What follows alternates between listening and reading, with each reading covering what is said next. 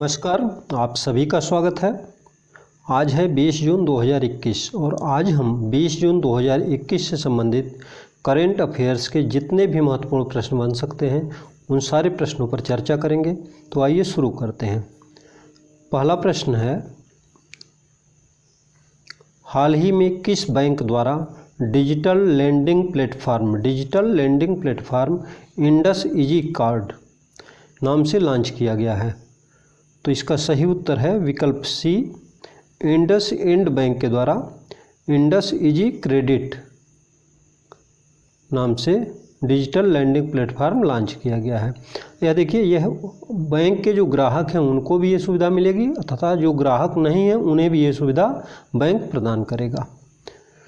और इंडसइंड बैंक जो है, इसके जो अध्यक्ष हैं उनका नाम है सुमंत कठपालिया। मुख्यालय इसका पुणे में है।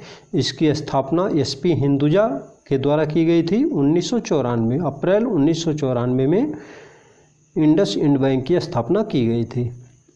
क्वेश्चन नंबर 2 देखते हैं। आईएमडी के विश्व प्रतिस्पर्धात्मकता सूचकांक 2021 में भारत किस स्थान पर है? तो सही उत्तर है इसका विकल्प बी, भारत 43वें स्थान पर है। ठीक है, भारत पिछले वर्ष भी 43वें स्थान पर ही था। भारत ने प्रबंधन विकास संस्थान आईएमडी द्वारा जारी सूची में 43वां स्थान प्राप्त किया है। वार्षिक विश्व प्रतिस्पर्धात्मकता सूचकांक कोविड-19 के प्रभाव से पूरे विश्व में जो अर्थव्यवस्थाएं हैं यह कोविड-19 के प्रभाव से प्रभावित रही हैं और यह जो संस्थान है यह 64 अर्थव्यवस्थाओं की रैंकिंग करता है।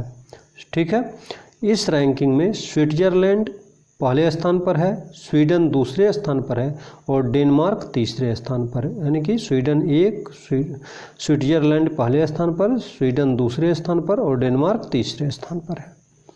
चलिए क्वेश्चन नंबर 3 देखते हैं। हाल ही में जाम्बिया के प्रथम राष्ट्रपति के रूप में कार्य करने वाले राजनेता का निधन हो गया है। उनका क्या नाम था? तो जाम्बिया के प्रथम राष्ट्रपति के रूप में कार्य करने वाले राजनेता का निधन हुआ है। तो उनका सही नाम है केनेथ कोंडा।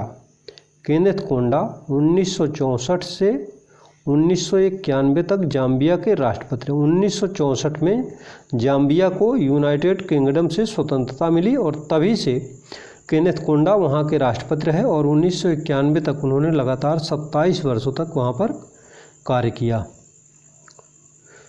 तो जाम्बिया के पूर्व राष्ट्रपति केनेथ कोंडा 1964 से 91 तक लगातार 27 वर्ष तक जाम्बिया के राष्ट्रपति रहे। जाम्बिया को अक्टूबर 1964 में यूनाइटेड किंगडम से स्वतंत्रता प्राप्त हुई और 1991 तक लगातार उन्होंने वहाँ पर शासन किया। जाम्बिया की राजधानी लुसाका और मुद्रा जो है जाम्बियाई क्वाचा।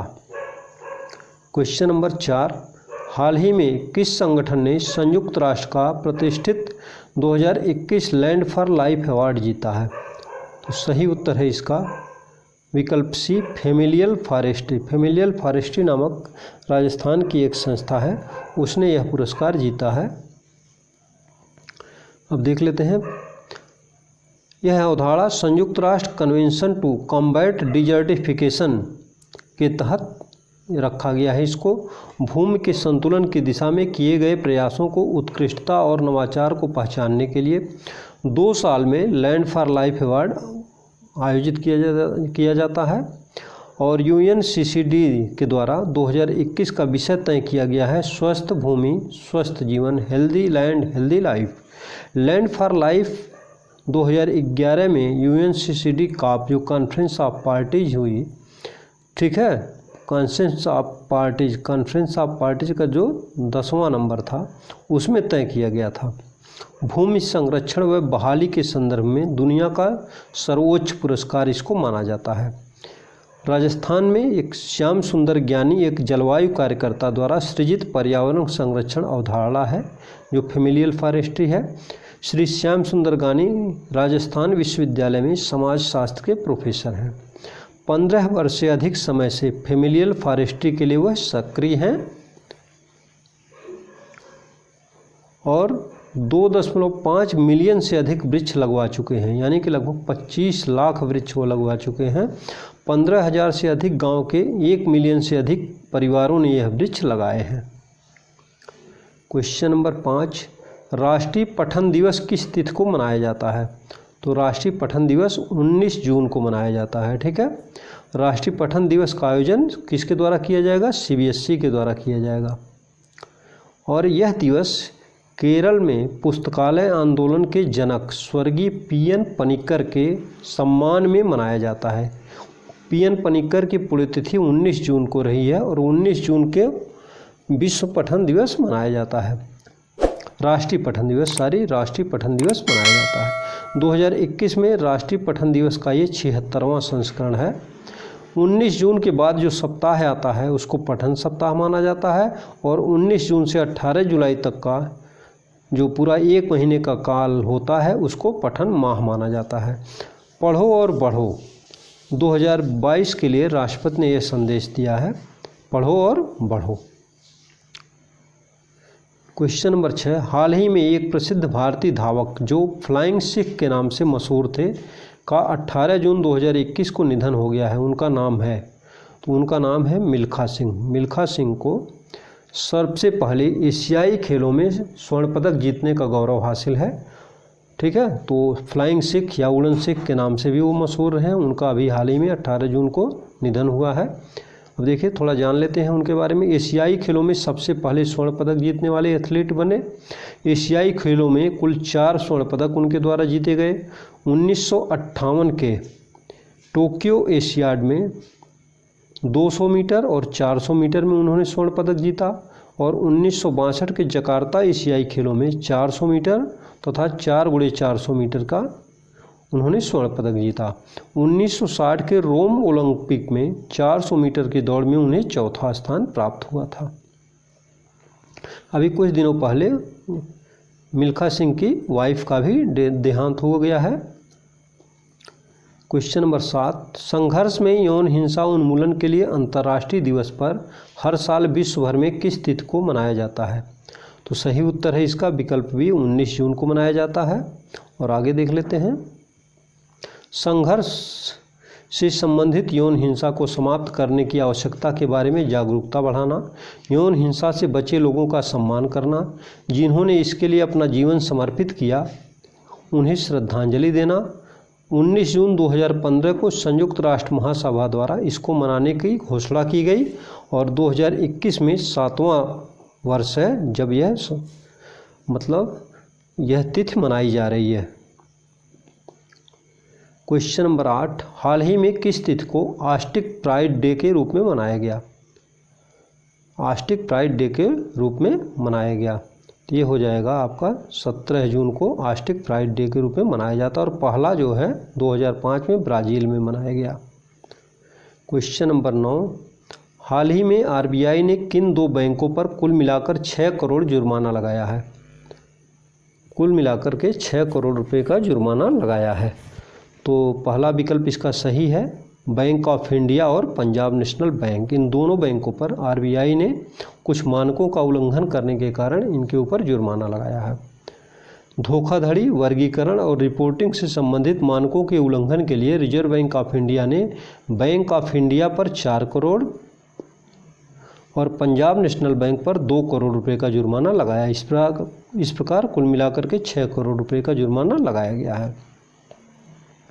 क्वेश्चन नंबर 10, हाल ही में नीति आयोग ने सार्वजनिक क्षेत्र के किन 2 बैंकों के निजीकरण की सिफारिश की है?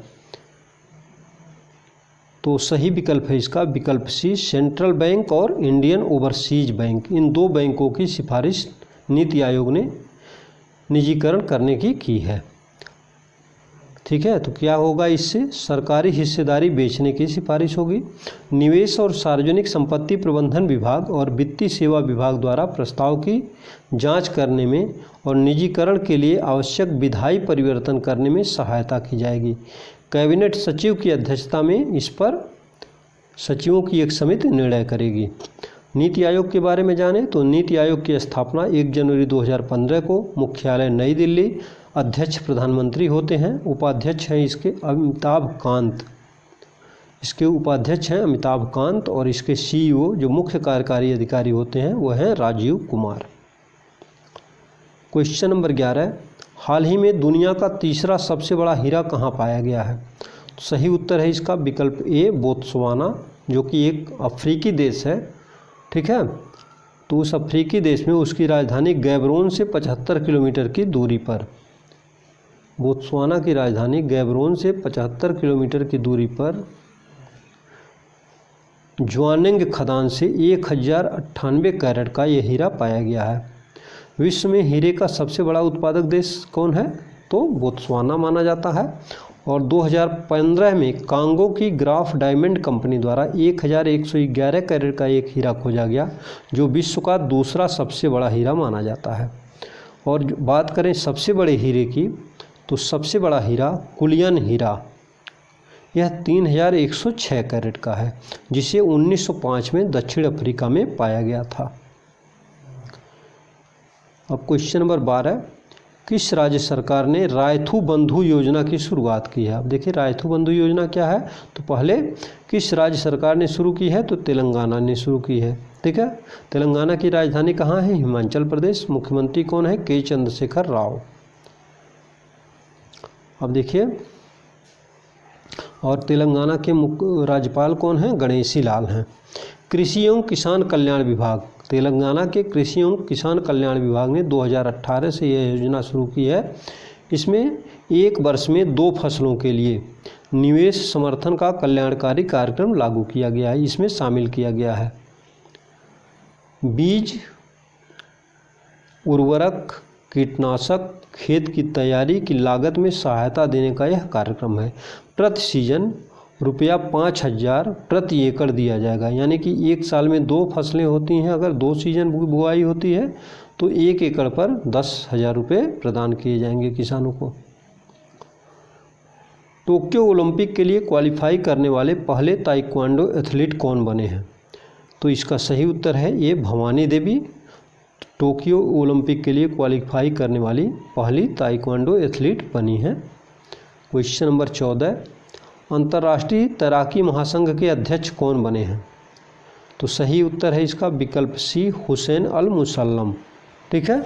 यह अंतर्राष्ट्रीय तैराकी महासंघ के अध्यक्ष बने हैं।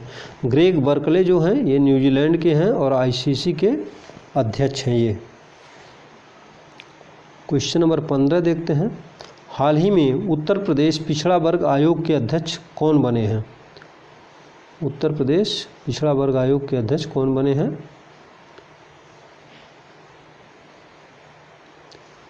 तो सही उत्तर है इसका जसवंत सैनी।